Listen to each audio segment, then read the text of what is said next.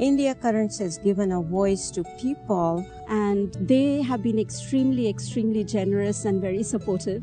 India Currents has been like a family to me. India Currents has made me who I am today. Thank India Currents for all the help that they have given and to the community of India. I wish India Currents all the best. And happy anniversary, India Currents, and hope we can work together for the next 25 years too.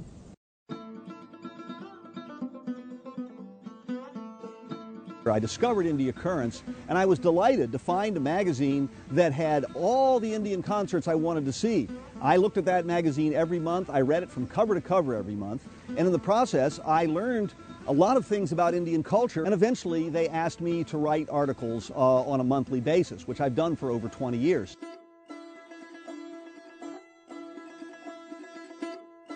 India Currents has truly become a voice of the community. It really is a Bay Area Indo-American publication, and it addresses issues and challenges that the local community is facing and celebrates its successes.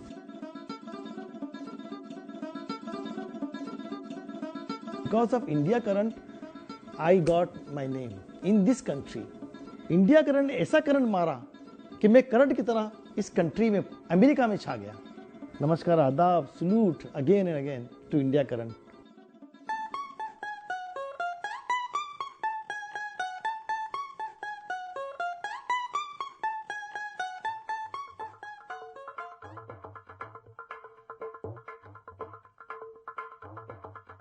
My journey with India Currents started 25 years ago. The 1980s was a lonely time to be an Indian in America. You know, I came from the bosom of a big family to a country 10,000 miles away, to a new culture, to new people. When I got the opportunity to partner in India Currents, I found the perfect way to reconnect with the community. We thought, could there be a publication that's geared towards Indian cultural activities in the Bay Area? It was his idea that he started with in 1987. But it was really a team effort. My partner Ashok was part of it.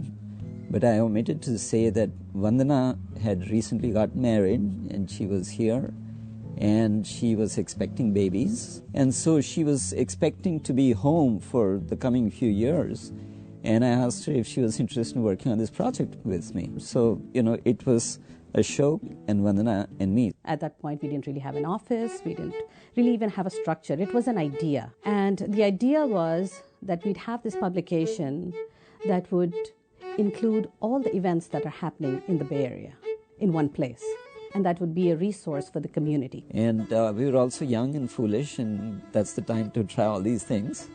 So in 87, that's April of 87 is when we got our act together and the first issue came out. My association with India Current started with its very first publication in the 1980s. We were really, really surprised to see this publication come out in the Bay Area, devoted entirely to Indian culture, because there's nothing like this anywhere in the US.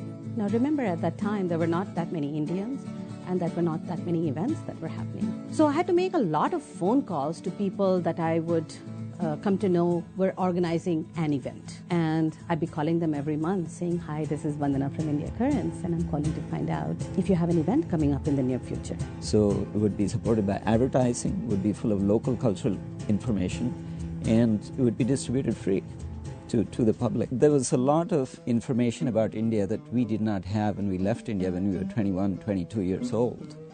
And pretty much we've grown up the rest of our lives in the United States. So there was a real hunger for discovering our roots. India Currents has been a real blessing for us. From its inception, it has absolutely given us the forum to bring the best into the Bay Area. They have been extremely supportive, and they gave me a platform to start my own school. But I'm very, very grateful to India Currents for introducing me to Indian culture.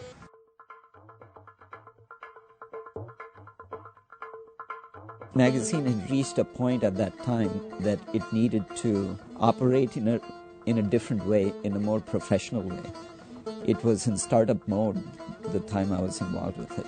And I think that Vandana and Ashok was involved for some time with her, helped put the magazine in that professional mode and more of an even keel. You know, when Arvind left, two of the original team was still there. Ashok and I were still there. When Ashok left, it certainly gave me pause, because at that time I had to reflect upon what would be my path forward. I still loved coming to work and finding out what's happening in the community, trying to figure out what issue we could cover in the next month or in the next few months. I still looked forward to it, and I realized I wasn't done. There was a definite change around the year 2000 when there was a huge influx of the Indian American community, especially in the Bay Area. We actually noticed it was a different kind of demographic. This was a group of people that came with jobs. There was a change in our coverage because we realized that the community was changing. I have known India Currents since the time they started the publication.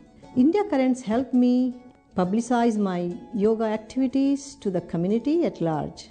I really like their commitment and their friendly approach.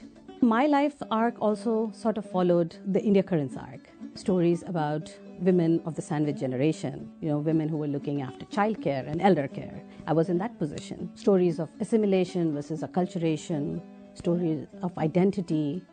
These are all, stories that touched my life, and then they found a home within the pages of India Currents. We also started addressing issues that were taboo at that time.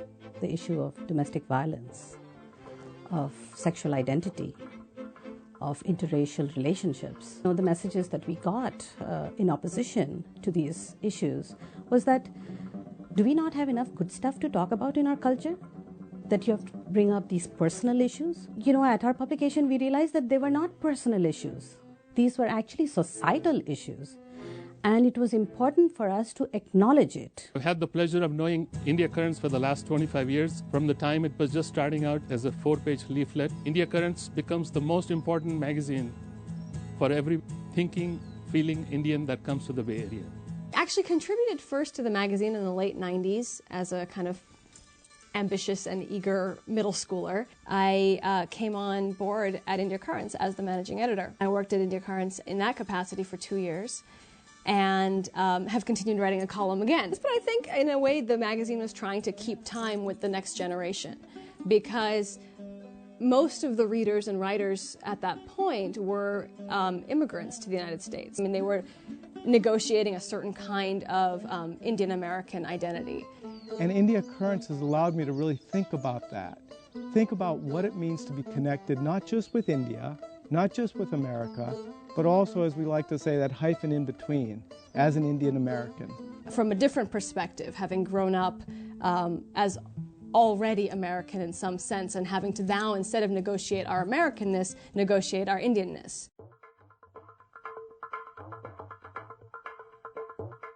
Recently, I've had the opportunity to meet a lot of the folks that have written. We've actually been connected virtually for many, many years. There are writers all across the globe, in India, in Canada, across the United States. In so many ways, India Currents has been a passport for me. It's taken me to places that I would have never been. And I realized that all of these people that have been writing for us, they write because they love writing.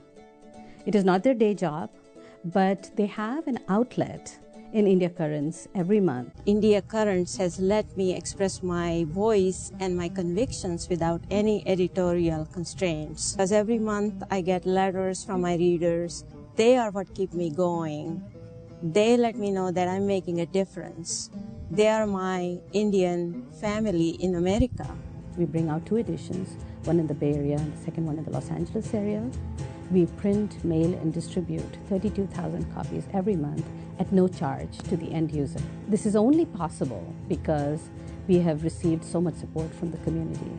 Businesses, arts communities, they have advertised, which has provided us the revenue to continue with this business.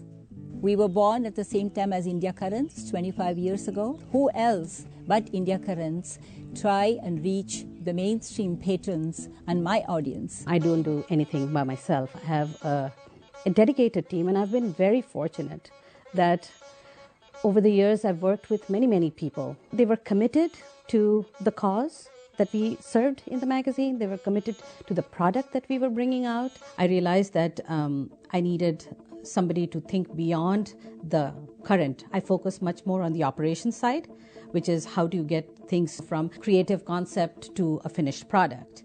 But the business requires more than that, which is keeping up with technology, keeping up with other things that are happening around here. I rely on Vijay to do a lot of the strategic thinking. Let's figure out where we need to be going, what should we be doing next. My strength had been, and it always had been, the vision part. I would like to see where we want to be, say, a year later, 2 years later, 5 years later, 10 years later. I kind of sit in this board or the meeting taking care of that future part of it. We want to become a global publication. The goal of the magazine is to inculcate, I think, in readers an understanding of what it means to be a world citizen, to have different kinds of attachment and affiliation and belonging that exceed the borders of our local communities, our national communities. I've been really enjoying working with India Currents in this way and really glad that they give readers a place to ask questions, a place to read a variety of different perspectives. I felt very much at home when I read the magazine, and I've continued to subscribe to this magazine. And with the kind of things that I'm doing now, I think India Currents can play a very important role in bringing up the credibility and the patronage of Indian programs. And I hope and wish all the success to India Currents. My hope is that we are able to leverage the technologies of today, and that's constantly changing, and to be able to share this content that we have, this very unique content that we have, to a global audience. Because today there are immigrants everywhere in this world, and they will all relate to the stories that we have in the magazine. It sounds corny to be saying this, but when you're in love, you can do amazing things. So I see some of what happened at India Currents coming out of young love, a lot of energy, a lot of satisfaction in life, exploring things together, doing things together, getting a lot of joy out of it.